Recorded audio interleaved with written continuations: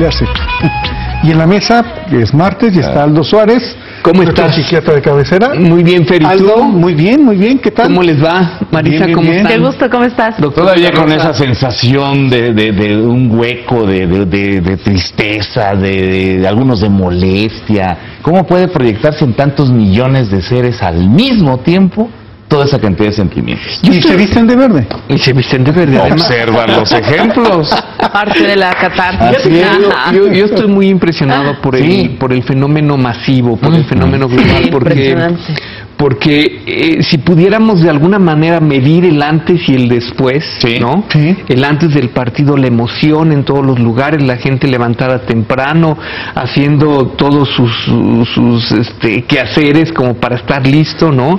Y la emoción y el desánimo después, Sí. o el enojo después, la agresividad en la calle, ¿no? Es una cosa muy generalizada y yo no recuerdo haber tenido esta sensación en otras de los eventos que hemos tenido de ese tipo, ¿no? En donde el típico llamerito, etcétera. Hay una sensación que quizás es más marcada, Más frustrante.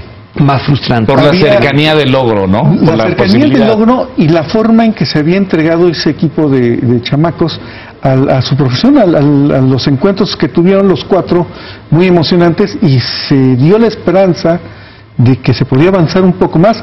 No sé si con las otras selecciones en los otros mundiales había sucedido lo mismo, y yo creo que ya estábamos predeterminados en aquellos tiempos a que se regresarían pronto. Aquí muchos pensábamos que no iban a hacer nada, pero después del primer partido se prendió una velita ahí de esperanza, y creo que a partir de ese momento fue colectivo ese sentimiento. Fue colectivo y fue en ascenso. Y llegar al minuto bueno, 87 con 1-0 también fue, la gente ya pensaba que estábamos en octavos de final, ¿no? Sí, desde luego. Pero además a sabiendas, ¿no? De que el fútbol es así. Claro, De que y el deporte es así. De que Claro. bueno, todos los deportes en general, pero que el fútbol en general tiene esta magia del instante, ¿no? Claro. El instante en el que todo puede cambiar, Claro. y en donde tú sabes siempre que te la estás jugando, que no puedes apostar ni en el 87 y a veces ni en el 90. Oraldo, Puedes imagínate, bajar la guardia. en ningún el momento. caso de Brasil ante la selección chilena, Ujú. tiempo extra, penales, 200 millones de seres así En detenidos vivo. de un hilo. Sí. Impresionante también aquello, ¿no? En Es la Sudamérica. magia del instante que puede cambiar todo en un instante. Claro. ¿No? Y en donde nosotros, lo queramos o no, somos víctimas de ese instante, de esa jugarreta del tiempo. Y además, ¿sabes qué? Creo que también influye mucho en este asunto. La inmediatez de las redes sociales. Sí, claro. Te inundan de sentimientos muy encontrados si los vas leyendo conforme estás viendo el juego de fútbol. Ujú. Y estás percibiendo lo que otras personas están sintiendo, el que le va a México, el que le va a Holanda, y chocan, y la emoción crece.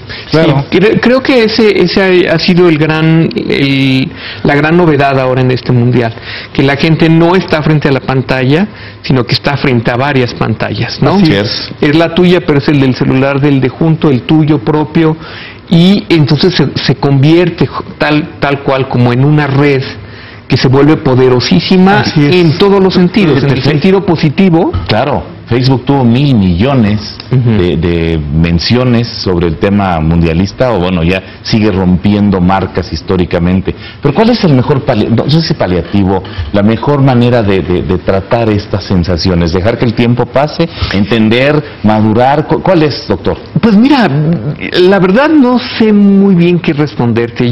Habíamos hablado en algún punto que la resiliencia es esa capacidad de reinventarte Sí, claro. ante situaciones Adversas. de pérdida o adversas. Ujú. Y que esa Como un resiliencia duelo, es como un duelo por el que pasas, pero es en donde echas a andar cierto tipo de mecanismos, ciertas formas de afrontar con ese dolor, con esa frustración, y o te hundes o empiezas con cierto tipo de argumentos. Al fin ya no falta tanto para el próximo mundial, ¿no? Sí. Al fin ahora estamos muy bien, al fin le hicimos de una forma diferente, el equipo está muy bien, Claro. Tenemos todo este fenómeno piojo, ¿no? Que Mundial. que es mundial Sí, además sin duda. y que la verdad incide mucho en todo este ambiente en general. O sea, son como cosas de las que tú echas mano para finalmente decir, bueno, finalmente fue un partido, ¿no? O para finalmente decir, ya tendremos una nueva oportunidad. No es cosa fácil, por eso dudo un poco mi respuesta, porque es tan generalizado y es tan marcada la reacción que tomará algún tiempo. Y además con esta constante llamado a la realidad, ¿no? O sea, como el checar que la realidad está ahí, ha Cierto. estado constante también en las redes sociales. Claro. Sí, pero no olviden que están las leyes secundarias. Claro, sí, pero claro. no se olviden Tantas que Tamaulipas cosas en que hay está que del preocuparse. diantre, que está pasando esto en Michoacán. Claro. Como que siempre hay ese referente que te dice, no se preocupen, después de este sueño, Los golpes pues, de la realidad nos volvemos hacen a la despertar. realidad, ¿no? Además son 31 procesos en distintas naciones, porque solo uno va a ser campeón. Exactamente. Entonces toda esa tristeza y además llegar hasta la final y perderla debe ser terrible, ¿no? Estar tan cerca de la consecución del logro general de alcanzar el lugar número 1. Exactamente. Hay gente que sí es muy intensa, sí se clava en el tema y queda verdaderamente deprimido. Sí, Que sin ganas sufre. ya de seguir viendo el Sí. mundial y que ya no tiene ningún interés por el fútbol, por lo menos. Y entonces este ves mundial. que inmediatamente todo ese entusiasmo baja y que la Claro. gente deja de consumir deporte, deja de consumir mundial para pues ya dedicarse a sus cosas. Se acabó el sueño. Se acabó el sueño. Se acabó la Despertamos. ilusión. Y los medios tienen mucho que ver en todo esto, en cómo se genera esa emoción, esa esperanza. Yo creo que sí, yo creo que mucho de lo que sucedió esta vez fue lo que hicieron los medios en el sentido de inflar la expectativa e ir creando y generando cada vez más y más y más. Y pues claro, entre más vuelo es el alto, pues más fuerte es la caída. La caída, ¿no? pues sí. Así es. Oigan, pero yo traigo otro tema. A ver, venga. Hablando No de todo estos es temas de fútbol. realidad, ¿se acuerdan que la semana No, pasada yo hablaba de hablamos- emociones, no nomás de lo futbolístico, Ah, claro. de la depresión nacional, ¿no?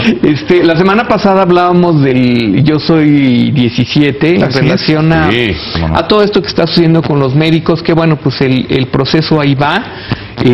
Parece ser que de una manera favorable hacia la situación de los médicos, pero bueno, a mí se me ocurría el día de hoy hablar un poco de lo que son las emociones de los médicos y quería platicarles un poco de la historia de yo a que me he dedicado. Yo durante muchos años trabajé en el Instituto de Nutrición en un servicio de psiquiatría que se especializa en algo que llamamos psiquiatría de enlace. La psiquiatría de enlace es la presencia del psiquiatra en un hospital general para atender las intercurrencias psiquiátricas, pero una labor que era bien importante, o bueno, que sigue siendo muy importante del psiquiatra en el hospital general, es atender muchas de las intercurrencias ya no de los pacientes, sino de los propios médicos. Nos toca como involucrarnos en todo ese proceso, sobre todo en los médicos que están en formación. Y bueno, aunque habitualmente se habla pues de la medicina como una carrera muy larga, muy sacrificada, es de llamar la atención que la gente en general piensa muy poco en qué es lo que pasa con esta vida de los médicos. Hablando del poder de las redes sociales, a mí me impresionó mucho ahora que estuvo todo lo del Yo Soy número 17,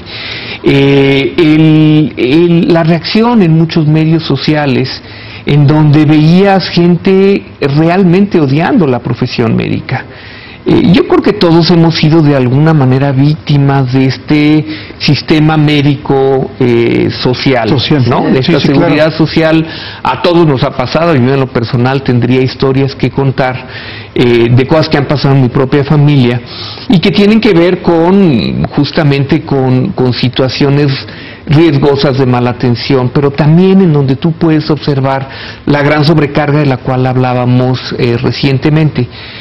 Me llamó mucho la atención porque, pues, tal como sucede en las redes sociales, en donde se vuelve un foro, en donde el anonimato permite decir muchas cosas, desde luego te encuentras de todo, desde la gente que sigue viendo con una cierta gratitud la actividad del médico, hasta quizá gente que ha tenido muy malas experiencias y que hace que su actitud hacia la medicina, hacia los médicos, sea una acción de rechazo.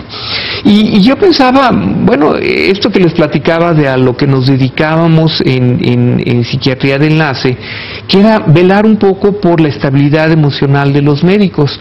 El otro día, hace un par de días que comentaba con un amigo que iba a hablar de esto, me decía, oye, pues yo nunca me había puesto a pensar que los médicos tienen que velar por su estabilidad emocional. Muchos sentimos que los médicos se deshumanizan al estar en contacto con tanta problemática y para evitar involucrarse emocionalmente, pues tienen que poner barreras. Fíjate que esa es una de las grandes leyendas urbanas. La formación del médico es muy interesante, es todo un proceso por el cual pasan, y mucho se habla de que sí, los médicos levantan una muralla defensiva para protegerse de ese dolor. Hay que recordar que los médicos inician su carrera pues entre los 18 y los 20 años, que bueno, son muy jóvenes para ese momento, y empieza desde muy temprano el enfrentamiento a todas las situaciones de dolor, de sufrimiento y de muerte, y que esa exposición pues uno pensaría que es como muy natural. Tú puedes encontrarte gente que a los 30, a los 40 años por primera vez se le muere a alguien cercano, y no así en los médicos. Los médicos se enfrentan ante estas situaciones dolorosas muy temprano en su vida, y que conforme va pasando el tiempo, algo que se considera que debe de suceder es que el médico se haga de alguna manera más fuerte ante todo este tipo de cosas, que cree una coraza emocional. La verdad es que yo creo que eso es una leyenda urbana, porque no es cierto que así sucede.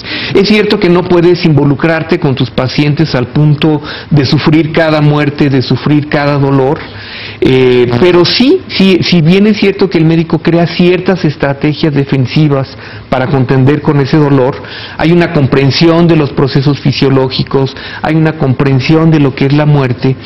También es cierto que el médico vive bajo un estrés crónico. El hecho de que crees ese sistema que de alguna manera te protege, no quiere decir que no estés expuesto a un estrés crónico que finalmente va a hacer que el médico enferme psíquicamente.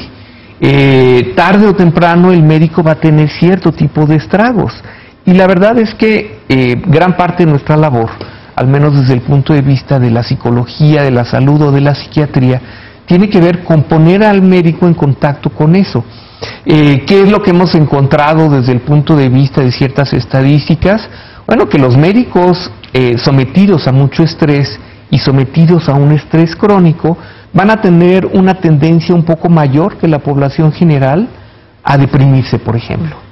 Y es justamente en los médicos en quienes primeramente se describió el síndrome del burnout o de la quemazón, precisamente porque están todo el tiempo involucrados o embebidos en el trabajo, se cansan emocionalmente y empiezan a tener un desgaste emocional tal que les causa irritabilidad, depresión, e incluso les hace incurrir en errores en su propia práctica médica, mala relación con los pacientes, etcétera.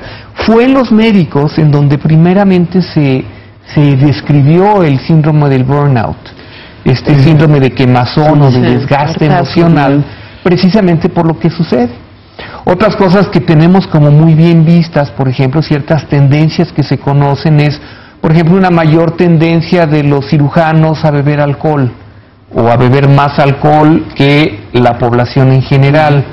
O, por ejemplo, los anestesiólogos son los que tienen el número 1 en tendencia a hacer cierto tipo de adicciones.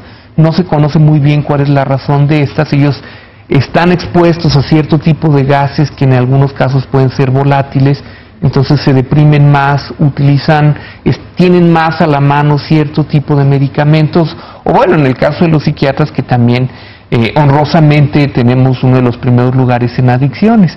Entonces, esto tiene que ver con malas salidas a lo que es el manejo del estrés. Oye, y en el caso de, por ejemplo, los radiólogos, los especialistas en ese tema, ¿tienen cierto tiempo para poder estar trabajando, algún medidor de radiación, y se les dice descanse un cierto tiempo porque usted estuvo ya bajo este efecto tal? En el caso de los médicos generales, cirujanos, neurólogos, lo que fuere, cardiólogos, no es recomendable ciertos lapsos de alejamiento de la práctica como para poder renovar energía, renovar sentimientos, no sé, algo por el estilo, Aldo? Fíjate que sí.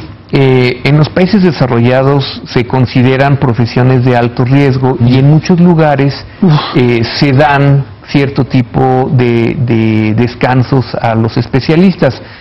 Hace algunos años nosotros logramos como residentes que se dieran unos días más o que se diera un sobresueldo o algún tipo de compensación a los residentes de psiquiatría que están en contacto directo con la psicosis, con la locura, con un desgaste emocional muy importante.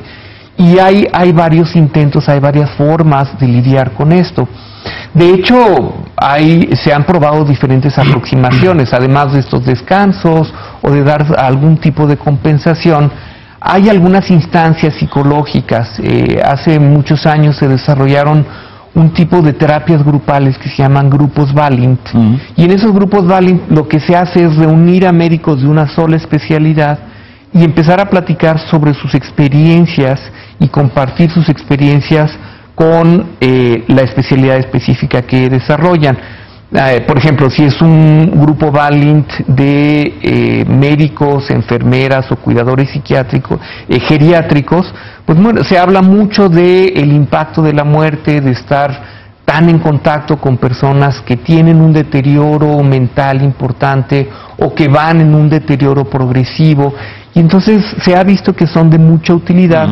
Porque algo que es muy útil en este tipo de circunstancias es que el médico tenga la capacidad de expresar sus emociones, de ponerlas en palabra, y que de esa manera puede lidiar un poco con este estrés con el que viven. Sí, porque bueno, la carga de trabajo que tienen, incluso ahora en las instituciones públicas, a raíz del Seguro Popular, y que lo comentábamos la semana pasada, se ha incrementado hasta en 200-300%. Exactamente. Lo cual quiere decir que su mente está trabajando permanentemente en lo que tienen que atender ahí. Sí, fíjate que en ese sentido, bueno, la medicina históricamente es una medicina que pasó de solo hacer diagnósticos y pronósticos, es decir, de solo saber qué enfermedad se tenía, irla reconociendo y decir más o menos qué iba a pasar, a tratamientos cada vez más especializados. Uno de los grandes problemas de la medicina actual es la superespecialización. Hay tal cantidad de conocimiento de un tema en específico que esto genera que el médico se superespecialice, lo cual es muy bueno en el sentido de un mayor dominio del campo, pero va un poco en detrimento de esta visión integral del paciente. Y es eso por lo que mucha gente ha dicho que los médicos en general se han deshumanizado. O sea, yo solo sé sobre rodilla y no me preguntes nada más que no tenga que ver con rodilla. Y bueno, esto ha causado la superespecialización. Y otra de las cosas que ha generado, lo cual nuevamente tiene aspectos positivos y negativos, es esto que tiene que ver con manuales de procedimientos.